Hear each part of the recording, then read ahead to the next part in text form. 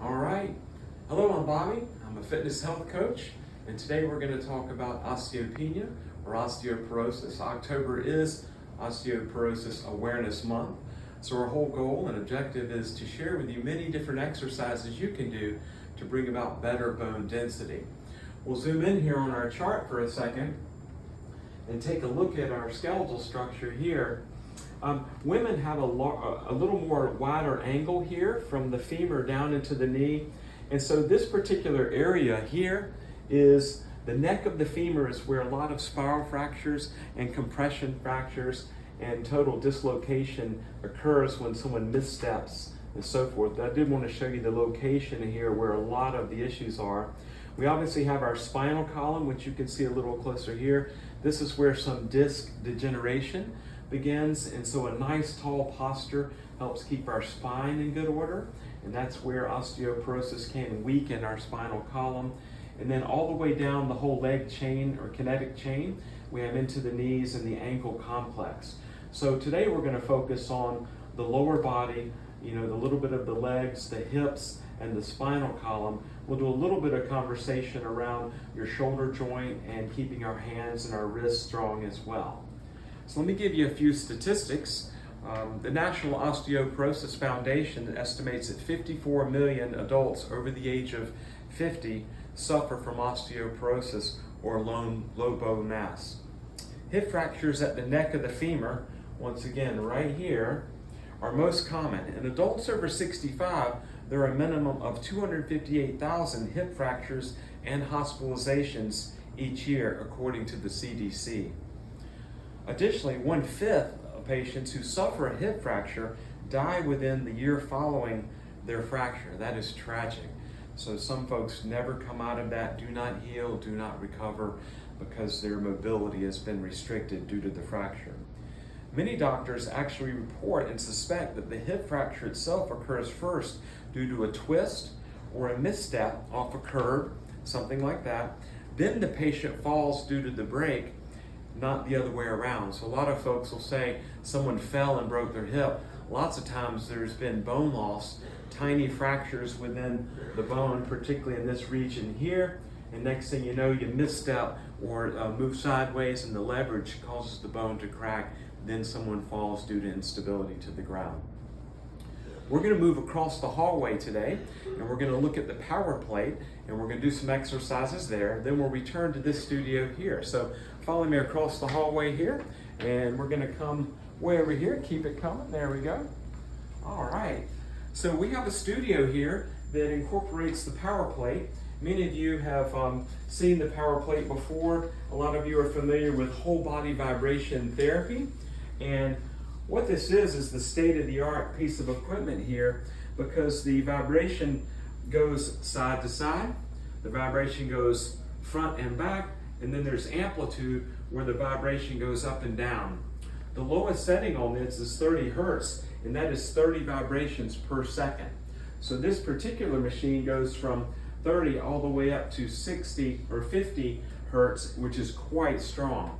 So the lower hertz settings are for recovery, bone density, and stretching, and then the more you progress with stronger vibrations, then that will be built for athletic and strength building opportunities. Power plate actually gives you tons of statistical data.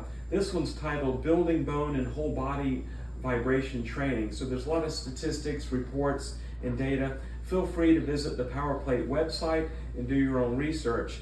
Some of the less expensive power plate or whole body vibration machines might be $100, $200, but they're going to vibrate you up and down just like this, not quite as comprehensive. So for bone density, this is probably one of the best machines you can get. I'll give you an example. Here I'm a trainer, but I have a little osteoarthritis in my hips. I've had one hip resurfacing surgery and already do have cartilage breakdown here. So for me, training and movement and bone density is very important, as I want to maintain my cartilage barriers as well as keep my bones very strong.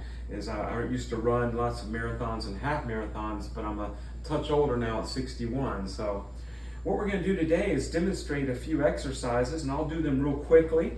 And I don't necessarily turn the machine on because it makes a little bit of a hum, but I'm going to demonstrate ways that you can strengthen your bones on this particular machine.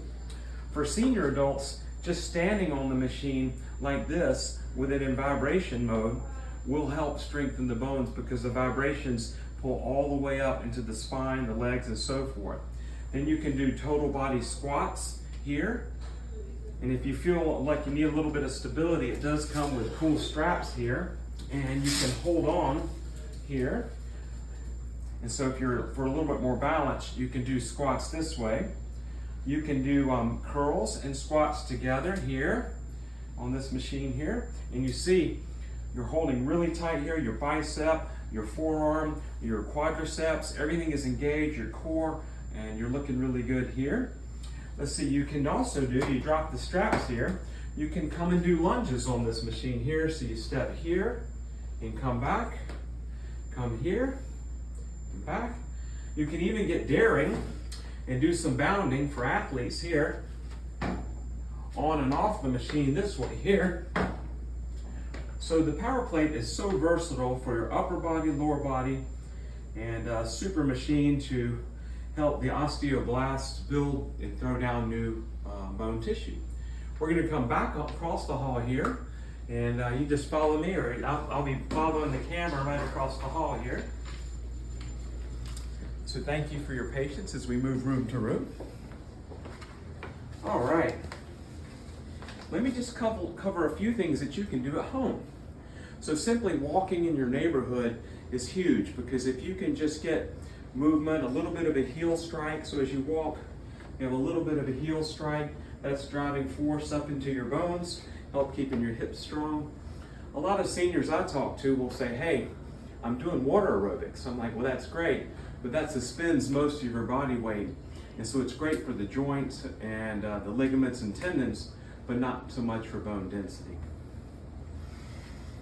You can step in place. So certainly if it's rainy outside or it's really hot, you can do stepping in place. You can jog in place. And once again, our hips and our spine and our legs are what we're working on. Dancing. Dancing is one of my wife and I, that's our favorite activities. We happen to live here in the Villages near Florida, and we'll go dancing. And so I'm not going to demonstrate my great dance moves, but we do the hustle, just to let you know. So dancing is a great cardio exercise, but also keeps our joints and our bones really strong. If you're an athlete, tennis, pickleball, softball, even shooting a little basketball, dragon boating, all kinds of things. There's so many activities you can do in sports to help keep your bones in great shape. Bounding and skipping. I always talk to my clients about sometimes you have to get your body off the ground, and we'll actually skip some off the ground and work on bounding and getting off the ground, even doing small jumps. And so at any age, coming off the ground is a little foreign to most people. I ask a lot of folks, when's the last time you jumped off the ground? And they'll say, 30 years. I'm like, we're going to do it today. And so even a little off the ground is a big achievement, but that little bit of bounding helps strengthen bone. Let's talk about core stability and this is more for our spine here. So today we'll just grab one of our dumbbells here. Anytime you hold a weight away from your body, your core has to engage, and you stand nice and tall, and you can do exercises here. But for our spinal column in particular, and our abdominal strength, huge exercises.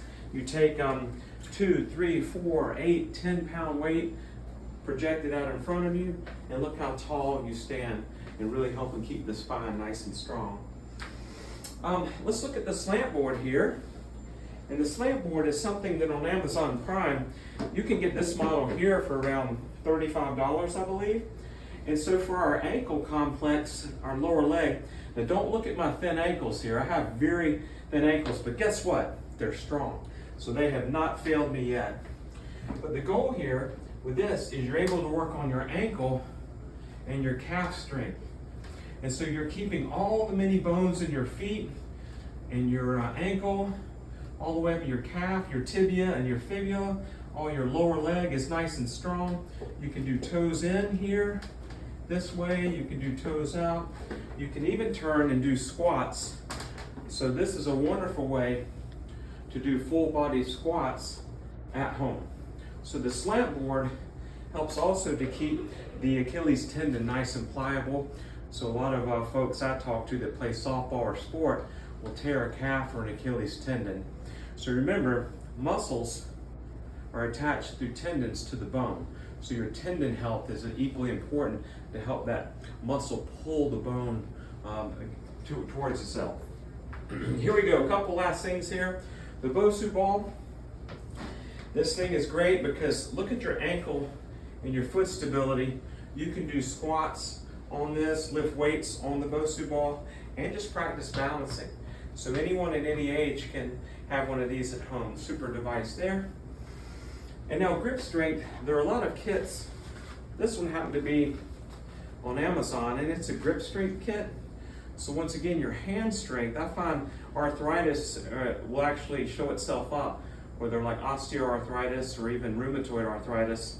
Super ways to keep your bones strong in your hands and your wrist. The whole kit, like a $15 kit. This one's Fit Beast, and it has 6 or 7 different things within here. And so folks, this is just a little bit of kind of a preview of some things you can do at home, but I'm gonna save the best for last because this is actually my favorite right here, boxing. So you have this set of gloves.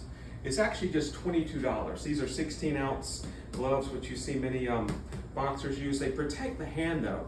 So with a lot of postmenopausal female clients of mine, I box with everyone because number one, it works on your posture. You're throwing punches, but you're gently striking the hip pad, and these are around $25 also. So a whole set.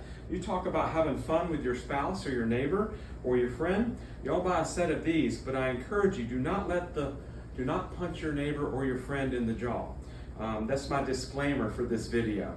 But boxing is a super way for cardio and a little bit of bone density as the energy is transferred from your hand through your elbow into your shoulder joint.